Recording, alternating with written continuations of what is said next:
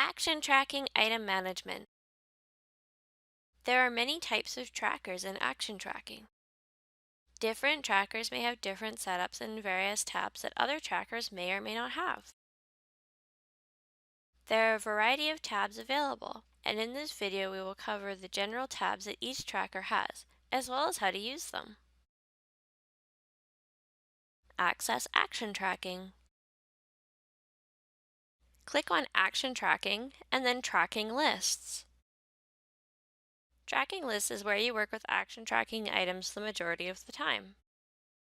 Items are listed according to the lists that are associated with your user profile.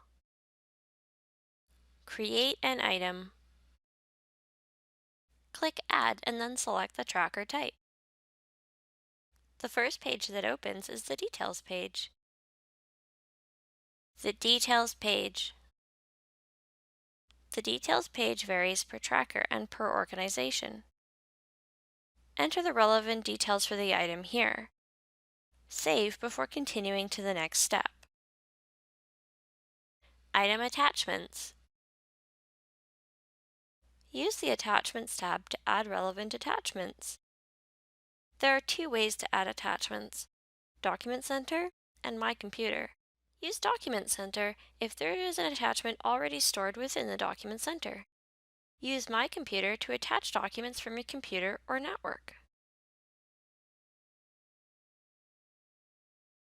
If you are using Output documents or exporting to an agenda, only upload attachments that are text, Word, PDF, PowerPoint, Excel, or other generic image files like PNG or JPEG. Save before moving to the next step. Notifications. Email and meeting and appointment notifications can be sent regarding the item if desired. This may be to pass it along to another staff member to start working on the item, or to create a general meeting about the item. Click Notifications. The email body contains the information from the Details page. The email body and subject can be adjusted as needed.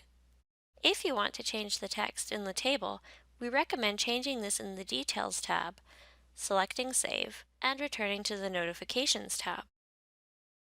Select who the email is going to go to by using To, CC, and the BCC fields. You can select from groups and from individual users. You can even add an outside email address. Remember, if you send this to a non-user or a user who does not have permission into the item or action tracking, they are not able to access the item. Click Send to send the message.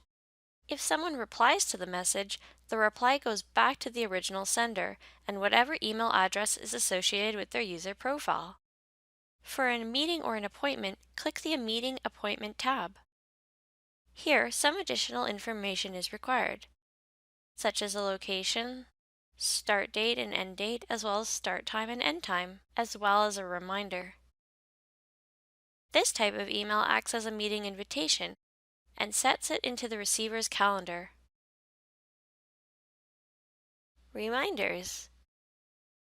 Reminders allow you to send emails from the system that remind other users and sometimes outside parties that there is information needed or further work required. Reminders are per user, so only a user can see their own reminders on an item. That being said, administrative users can also access the reminders list within Action Tracking to see all reminders. Click Reminders and click Add New. A pop-up appears where you can add the relevant information for the reminder. Generally, if this is a new reminder, make sure you leave the Active checkbox checked. This should be unchecked once the action is complete to stop further reminders being sent. The subject of the item appears in the subject line, but can be adjusted if needed. Enter information into the email body as needed. Click the Recipients tab. You can select from available users, user groups, and even outside email addresses. Click the Triggers tab. Triggers are when the email reminders are scheduled to send. You can select reminders to send on a specific day or days. Use your Control key to select more than one day. Enter a start date and expiry date for the reminder. The email sends at 12 a.m. So if today is Wednesday and you want it to send every Wednesday, the start date is selected as today. The email will not send until next Wednesday because 12 a.m. is already in the past. Reminders can also send on a pattern. For example, you can set a reminder to send every 3 days for 3 repetitions. You could also select unlimited repetitions. The expiry date overrules the repetitions, so if the expiry date comes first, the repetitions will end then. The Associations tab simply indicates which item the reminder is associated with. Click Save and Close. The Reminders page updates with the new reminder. The reminder can be edited and deleted. Permissions. Permissions within items work almost exactly the same way as they do within Document Center. You must have the correct permissions to adjust security within items to use this functionality.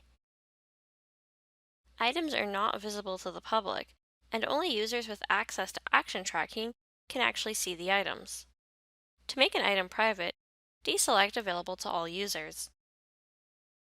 Add groups and users to the Allowed Access side to give them access. If you have enhanced security, select how users can access the item with View, Update, and Delete. Click Save. History. The History area is also the same as it is in the Document Center. You can see who has had access to the item and when. Click on the plus icon to expand the history.